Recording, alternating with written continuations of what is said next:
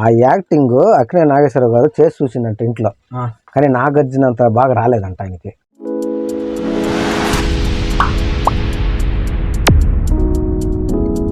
Hi friends, ఈరోజు మనం అక్కినేని నాగార్జున గారు నటించిన అన్నమయ్య మూవీ విశేషాల గురించి డిస్కషన్ చేసుకుంటున్నాం.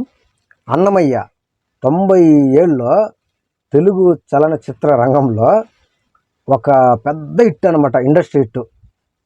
నాగార్జున గారి కెరీర్లో, రాఘవేంద్ర గారి కెరీర్లో, వి దొరసామరాజు గారు నిర్మాతగా వ్యవహరించిన తర్వాత భక్తి రస చిత్రాల్లో లవకుశ తర్వాత అంత పెద్ద హిట్ అంటే అదే. లవకుశ తర్వాత పెద్దవాళ్ళకి ఎక్కువగా ఇష్టపడే సినిమా అంటే అన్నమయ్య.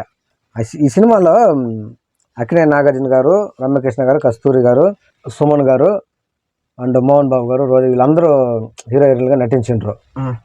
నాగార్జున గారు గరాణ బుల్లోడు, రాముడు వచ్చాడు, నిన్నే పెళ్ళాడతా ఇలాంటి మూవీస్ చేసిన తర్వాత ఇలాంటి ఒక భక్తి రస చిత్రము చేస్తే జనాలు ఒప్పుకోరు అనేది. కానీ ఆయన చేసి జనాలు మెప్పించని చూసినవా? రాఘవేంద్రరావు గారు చెప్పారంట, ఖచ్చితంగా హిట్ అవుద్ది, ఖచ్చితంగా ఒప్పుకుంటారు రండి అని. ఏదో ఇంటర్వ్యూలో అయింది నేను. అది వెంకటేష్ గారు కూడా ఒకసారి ఏదో ఒక ఇంటర్వ్యూలో చెప్పిండు, అన్నమయ్య లాంటి సినిమా నాగార్జున గారికి దొరకడము పూర్వజన సుకృతము. అంతే కదా, అది దైవాజ్ఞ. అది అందరికి దొరకలేదు, నాగార్జున గారికి దొరికింది భక్తుడిగా స్వామి భక్తుడిగా చేయడము. అన్నమయ్య అనే ఒక వ్యక్తి ఆల్రెడీ కడపలో ఉండేవాడంట చాలా సంవత్సరాల కిందట. ఒక రియల్గా జరిగిన స్టోరీని రాఘవేంద్ర గారు సినిమాగా తీసిండ్రు. ఆయన పుట్టిన దగ్గర నుంచి, ఆయన పెరిగిన దగ్గర నుంచి, వెంకటేశ్వర స్వామికి కీర్తనలు రాసిన దగ్గర నుంచి లాస్ట్కి ఆయన చచ్చిపోయింది. ఆయన బయోపిక్ ని ప్రాపర్ గా సినిమా మొత్తం చూపించాలంటే ఆయన జీవిత చరిత్ర అవ్వదు. అదే కదా, అందుకనేసి ముఖ్యమైన పాయింట్లు ఆయన జీవితంలో కొన్ని సంఘటనలు తీసుకొని ఒక సినిమాగా చేసి ఉంటారు. నాగార్జున గారి కెరీర్లో ఆయన సూపర్గా యాక్టింగ్ చేసిన సినిమా అంటే అన్నమయ్య. ఎందుకంటే ఆయన ఒక పూజారిగా ఉండి లాస్ట్లో ముసలివాడు అయిపోయి కర్ర పట్టుకొని వంకొని నడిచేంత వరకు యాక్టింగ్ చేసి ఉంటాడు. అది చాలా గ్రేట్. చూస్తుంటే నిజంగా కళ్ళల్లో నీళ్ళు వస్తుంది తెలుసా, ఒక భక్తుడికి ఇన్ని కష్టాలని. అదే లాస్ట్కి వెంకటేశ్వర స్వామి గుడికి పోయి నడుచుకొని పోతుంది చూసినా, బ్రహ్మం ఒకటే పరబ్రహ్మం ఒకటని. ఆ యాక్టింగ్ అక్కినేని నాగేశ్వరరావు గారు చేసి చూసిందంట ఇంట్లో. కానీ నాగార్జున అంత బాగా రాలేదంట ఆయనకి. నాగేశ్వరరావు గారికి రాలేదంటున్నా. అక్కినేని నాగేశ్వరరావు గారు అంటే ఆయన చేసిన ఎన్నో సినిమాల్లో నాగార్జున అంత యాక్టింగ్ చేయలే. ఇప్పుడు ఆయన గొప్ప నటుడు. నెక్స్ట్ ఎన్టీ రామారావు గారి తర్వాత అక్కినేని నాగేశ్వరరావు గారు అనమాట. అన్ని సినిమాలు చేసి అన్ని రకాల పాత్రలు చేసిన ఆయనకి ఈ యాక్టింగ్ చేసి చూస్తే అవ్వలేదంట. ఒక ముసలివాడిగా ఆ డైలాగులు చెప్పడము, ఇలా వంకొని నడవడము, సుమన్ దగ్గర పోయిన తర్వాత లాస్ట్లో కింద పడి లేచి భయంకరంగా యాక్టింగ్ చేసి ఉంటాడు. ఆయన కెరీర్లో ది బెస్ట్ మూవీ అంటే ఫస్ట్ అందరికి గుర్తొచ్చేదే అన్నమయ్య. అప్పట్లో ఈ సినిమా రిలీజ్ అయిన టైంలో ప్రేమించుకుందరా కూడా రిలీజ్ అయినది 97లోనే. యూత్ అంతా ప్రేమించుకుందరా పోయేవాళ్ళు.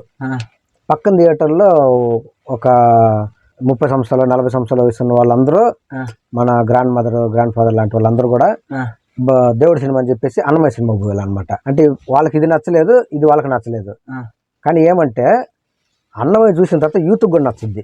అంతే, పెద్దవాళ్ళకి ప్రేమించుకుందరు నచ్చద్దో లేదు, కానీ యూత్ అన్నమయ్య ప్రేమించుకుందరు రెండు చూసిండ్రు. అన్నమయ్య ఆ లెవెల్లో ఆడిన సినిమా అనమాట. ఇందులో నాగార్జున గారి క్యారెక్టర్ యాక్టింగ్ బాగుంటుంది. ఒక రాజుగా మోహన్ బాబు గారి క్యారెక్టర్ బాగుంటుంది. దేవుడిగా సుమన్ గారి క్యారెక్టర్ బాగుంటుంది. ఇటు రమ్యకృష్ణ గారి క్యారెక్టర్, కస్తూరి క్యారెక్టరు, అటు భానుప్రియ క్యారెక్టరు, వీళ్ళందరి క్యారెక్టర్ కూడా వాళ్ళ క్యారెక్టర్ సూపర్గా చేసి ఉంటారు.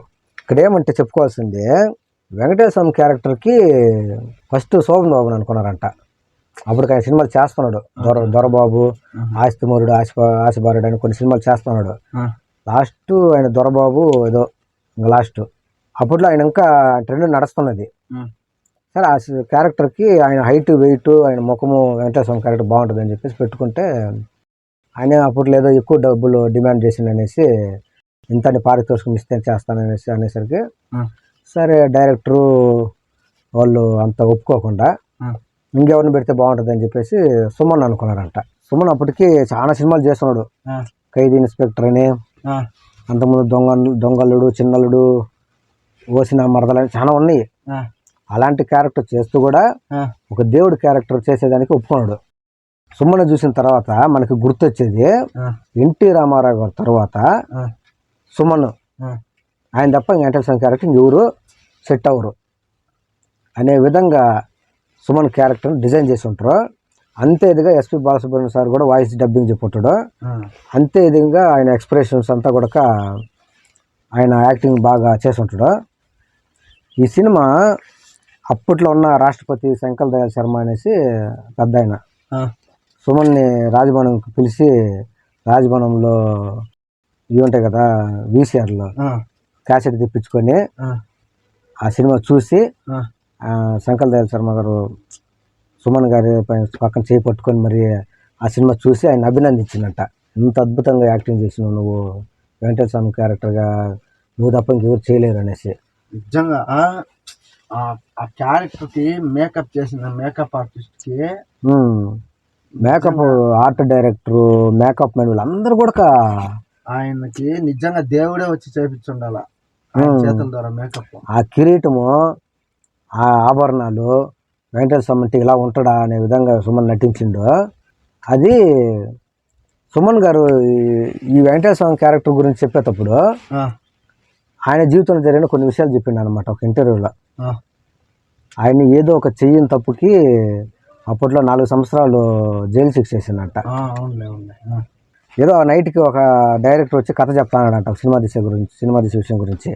నైట్ 11-12 గంటల టైంలో వచ్చి కాలింగ్ బిల్లు కొడితే నిజంగా వచ్చిన డైరెక్టర్ అనుకొని వెళ్ళి వాకిలు తీసిందంట. చూస్తే సడన్గా పోలీసులు అంట ఆయన అరెస్ట్ చేసిండ్రు. తర్వాత కోర్టు విచారణ, ఆయనకి 4 సంవత్సరాలు జైల్లో ఉన్నాడంట. అది ఆయన ఇప్పటికీ గొప్పగా చెప్పుకుంటాడు, ఏం తప్పు చేయలేదు, ఆయన కూడా చేయని తప్పుకు నన్ను శిక్షించిండ్రు. దానికి ప్రతిఫలమే నాకు వెంకటేశ్వర స్వామి క్యారెక్టర్ రావడము. ఎవరికి ఆ పేరు రాలేదు కదా. అవును, అంతే కదా. సుమన్ గారికి ఒక మంచి పేరు వచ్చిందంటే ఎన్టీ రామారావు గారు తర్వాత వెంకటేశ్వర స్వామి క్యారెక్టర్ అయినా, రాముడి క్యారెక్టర్ అయినా అది సుమన్ గారే. రాముల స్వామి క్యారెక్టర్ అయినా సరే సుమన్ గారే చేయాలన్నట్టుగా చేస్తుంటాడు. ఈ సినిమాలో పాత్రలు అలా ఇమిడిపోయి ఉంటాడు. ఈ సినిమా కానీ శ్రీరామదాసులో రాముల స్వామి క్యారెక్టర్ కానీ అలా నిజంగా ఇలాగే ఉంటాడా అనే విధంగా చేసి ఉంటాడు అనమాట. దాంట్లో రాఘవేంద్రరావు గారిని కూడా చాలా మెచ్చుకోవాలి. ఆ మేకప్ అంత పర్ఫెక్ట్గా వేయించాడంటే చాలా గ్రేట్ కదా. అది గ్రేట్. నాగార్జునకి మేకప్ బాగా చేస్తుంటారు, మోహన్ బాబుకి రాజుగా చేస్తుంటారు. ఈ సినిమాలో దాదాపు చాలా కీర్తనలు ఉంటాయి అనమాట. పాటలు అనకూడదు, కీర్తనలు. బ్రహ్మమ్మక్కటే కూడా కీర్తనే కదా, మన పుస్తకాల్లో కూడా ఉండేది అనమాట అప్పుడు. దీనికి ఎస్పి బాలసుబ్రహ్మణ్యం గారికి టోటల్ 23 సాంగ్స్ ఏమోటి అన్ని కలిపి చిన్న చిన్న 2 లైన్లు 3 లైన్లు అటువంటి 2 లైన్లు 3 లైన్లు అంత చిన్నవి ఏముండదు, బిట్ సాంగ్స్ టైప్ ఉంటుంది. దీనికి ఏమో నేషనల్ అవార్డు వస్తుందని ఎస్పి బాలసుబ్రహ్మణ్యం సార్ అనుకున్నాడంట. నంది అవార్డు ఏమో వస్తుందని. బట్ అంత పెద్ద అవార్డు రాకుండా మామూలుగా చిన్న అవార్డులే వచ్చినాయంట. నేను ఎక్కువ వినేదంటే ఇది ఏమోకో చిగురుట ధరమున ఆ సాంగ్ ఉంటుంది కదా, ఆ సాంగ్ ఎక్కువ వింటాను నేను. ఈ పాటల పరంగా ఎంఎం కీరవాణి గారు అద్భుతమైన సంగీతం కూడా చాలా బాగుంటుంది, చాలా బాగుంటుంది. తర్వాత కీర్తనలు పాటలు బాగుంటాయి, డైలాగ్స్ బాగుంటాయి. ఈ సినిమాలో ముఖ్యంగా అందరికి నచ్చింది ఏమంటే సుమన్ గారి క్యారెక్టర్. నాకు సుమన్ గారి క్యారెక్టర్, నాగార్జున గారి క్యారెక్టర్, సాంగ్స్. లాస్ట్లో మోహన్ బాబు కూడా ఒక రాజు అయ్యి ఆయన భక్తికి దాసోహం అయిపోయి ఆయన కట్టేసి కొడతారు కదా కొరడాలతో. అప్పుడు ఆయన పాట పాడితే లక్ష్మీ నరసింహస్వామి అవతారంలో వచ్చేసి ఆయన సంఖ్యలు తెంచేస్తారు అనమాట. అప్పుడు ఆయన భక్తికి దాసోహం అయిపోయి ఈ రాజ్యాన్ని వదిలేసి నీతో వచ్చేస్తాను స్వామి అంటే, అప్పుడు నాగార్జున ఒప్పుకోకుండా పాలించడము ప్రభువుల పద్ధతి, ఇక్కడే ఉండి చూసుకొని పోతానని చెప్పేసి వెళ్ళిపోతాడు అనమాట. ఆ వెళ్ళిపోయినప్పుడు క్లైమాక్స్లో ఒక 20 నిమిషాలు నాగార్జున చేస్తుంటాడు యాక్టింగ్, కాషాయ వస్త్రాలు కట్టుకొని. ఆ జీవితంలో ఇన్నిసార్లు చూసినా చూడాలనిపిస్తుంది ఆ సినిమా.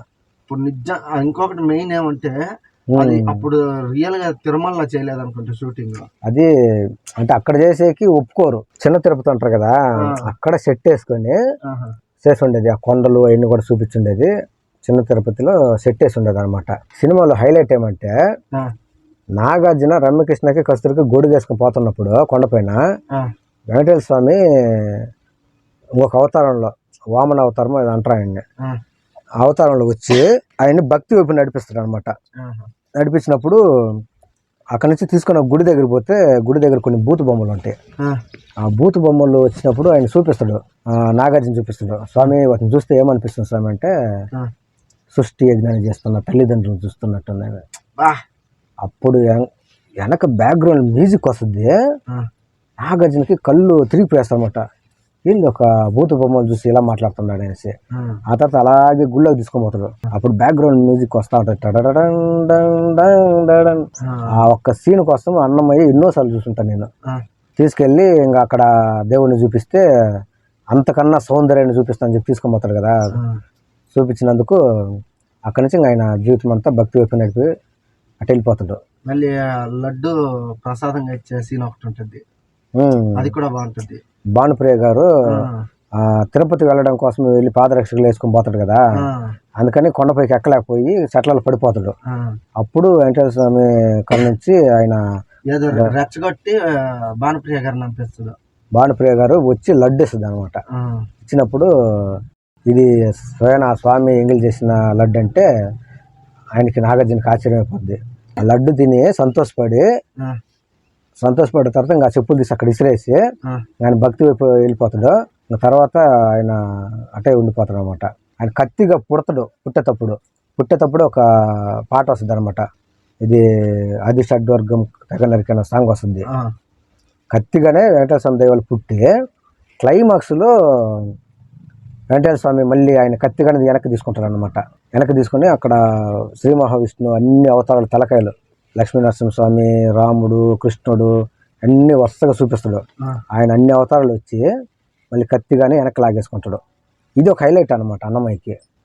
నాగార్జున గారి యాక్టింగు, సుమన్ గారి యాక్టింగు, మోహన్ బాబు గారి యాక్టింగు, ఎంఎం కిరణ్ గారి సంగీతము, రాఘవేంద్ర గారి డైరెక్షను, జీకే బారావు గారి డైలాగ్స్, డిపార్ట్మెంట్ వర్క్, ఆర్ట్ వేసిన వాళ్ళు అందరికంటే ఎక్కువగా సుమన్. అంతే. అన్నమయ్య అంటే నాకు గుర్తొచ్చి first Venkateswara Swamy character.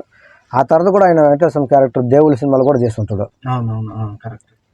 But cinema అప్పట్లో అన్నమయ్య ఇండస్ట్రీ హిట్. నాకు మెయిన్ సాంగ్స్ ఇప్పటికే వారంలో ఒక్కరోజైనా ఆల్బమ్ పెట్టుకుని ఉంటా. లాస్ట్లో అంతర్యామి అనే సాంగ్ ఉంటుంది చూసిన, హైలైట్స్. ఆయన వంకొని నడిచి ఆ గుంజు గోర్లు పట్టుకొని పడతా లేస్తా ఆ సాంగ్ ఆయన చేసిన యాక్టింగ్ మర్చిపోలేము. కొన్ని సంస్కృతంలో ఉంటాయి, కొన్ని సంస్కృతం అంటే వెంటనే అర్థం కాదు. అది అంతర్యామి అలసితివి సొలసితివి ఇచ్చట నీ శరణిదే సొచ్చితి అనే ఇదిగా ఉంటుంది అనమాట. ఆ పాట పాడేటప్పుడు నాగార్జున గారి యాక్టింగ్ అదే హైలైట్ యాక్టింగ్. సినిమాకి ఆయన సూపర్గా చేస్తుంటాడు మొత్తానికి అన్నమయ్య. ఇంకో విషయం ఏమంటే ఈ సినిమాలో అన్నమయ్యలో సుమన్ గారు వెంకటేశ్వర స్వామి క్యారెక్టర్ చేసిన రోజుల్లో మందు మాంసం ఏం ముట్టుకోకుండా, మంచం పైన కూడా పండుకోకుండా కట్టిక నేల మీదనే పండుకొని నిద్రపోయాడంట. అన్ని రోజులు ఆ విధంగా షూటింగ్ చేసినట్టు ఆయన. చాలా పవిత్రంగా చేసిందంట. సూపర్ కదా. అది కాబట్టి ఆయనకి అంత పవిత్రంగా చేసింది కాబట్టి ఆ సినిమా అంత పేరు తెచ్చిపెట్టింది. ఓకే ఫ్రెండ్స్, అన్నమయ్య సినిమా గురించి మేము చేసుకున్న ఈ డిస్కషన్ మీకు నచ్చినట్లయితే లైక్ చేయండి, షేర్ చేయండి, మా ఛానల్ సబ్స్క్రైబ్ చేసుకోవడం మాత్రం మర్చిపోవద్దు. Thank you friends.